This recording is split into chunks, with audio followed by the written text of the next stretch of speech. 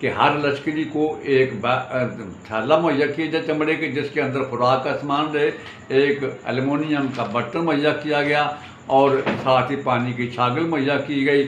یہ بھی فیصلہ ہوا کہ علاقے کے برباد نہیں کیا جائے گا، صرف علاقوں کو فتح کرنے کے لیے جو ہے وہ کارروائی کی جائے گی، کسی پر ظلم و ستم نہیں ہوگا، کسی شہر کو یا کسی فرد کو لوٹا نہیں جائے گا۔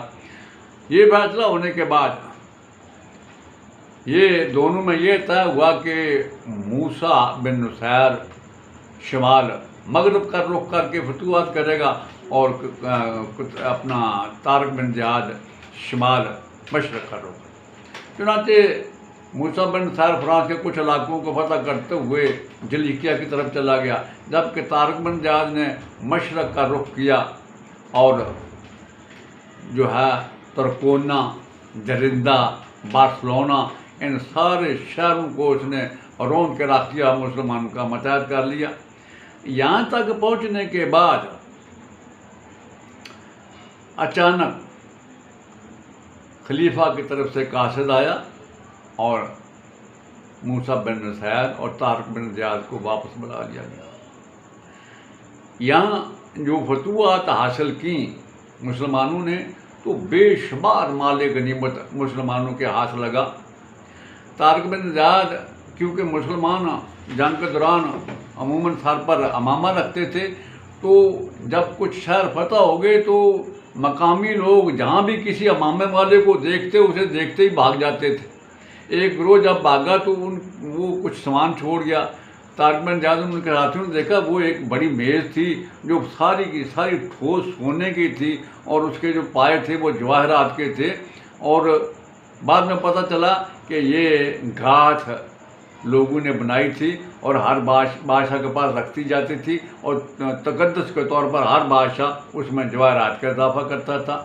جب طلحہ کی طرف طارق بن زیاد بڑھا تو وہاں بھی کچھ لوگوں نے دیکھتے ہوئے بھاگ گئے۔ وہاں سے طلحہ میں ایک بہت بڑا خفیہ خزانہ بھی ملا۔ اس میں وہ میز بھی تھی جس کے متعلق یہودیوں کا یہ عقیدہ تھا کہ یہ حضرت سلیمان کی میز ہے، یہ بھی ساری سونے کی تھی، اس کے 365 پائے تھے اور سارے کے سارے پائے جواہرات کے بنے ہوئے تھے۔ اس کے علاوہ بے شمار مال غنیمت مسلمانوں کے ہاتھ لگا۔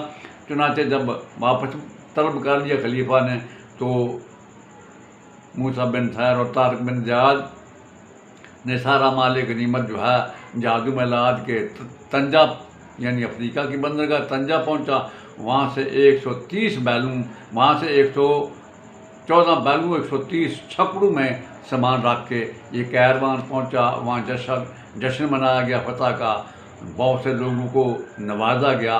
اس کے بعد دونوں سالاروں نے فتح مندی کی حیثیت سے دمشق کا رخ کیا، جہاں جہاں سے گزرتے ضرورت مندوں کو نوازتے چلے گئے۔ اب جس وقت یہ سفر کر رہے تھے ولید بن عبد الملک سخت بیماری کی حالت میں تھا، اس کے بچنے کی کوئی امید نہیں۔ اس کے بعد چونکہ خلیفہ بننا تھا سلیمان بن عبد الملک نے، اس نے قاصد بھیجا موسیٰ بن نصیر کی طرف کہ اپنی رفتار سست رکھو۔ وہ چاہتا تھا کہ میرے دور میں یہ پہنچے، لیکن رفتار موسیٰ بن اور طارق بن زیاد نے وہی رکھی اور وہ ولید بن عبد الملک کے دور میں ہی پہنچ گئے۔ ولید بن عبد الملک نے تو انہیں دونوں کو بہت نوازا، لیکن وہ چند دن کے بعد فوت ہو گیا۔ اس کے بعد یہ گمنامی کی زندگی بسر کرتا رہا طارق بن زیاد 720 میں یعنی 5 سال تک، بالکل 715 میں یہ پہنچ گئے تھے اور 720 میں طارق بن زیاد گمنام ایک زندگی بسر کرتے ہوئے فوت ہوئے۔ یہاں طارق بن زیاد کے حالات ختم ہوئے۔ اب آگے کسی نئے سپہ سالار کے حالات آپ کے سامنے پیش کیے جائیں گے۔ جاتے جاتے میں آپ سے یہ بھی گزارش کروں کہ طارق بن زیاد سے متعلق آپ مزید معلومات حاصل کرنا چاہیں تو یہ میری کتاب ہے طارق بن زیاد پر، آپ اس کا مطالعہ کر سکتے ہیں۔ اس کے ساتھ ہی اللہ آپ کا حامی اور ناصر ہو۔ السلام علیکم۔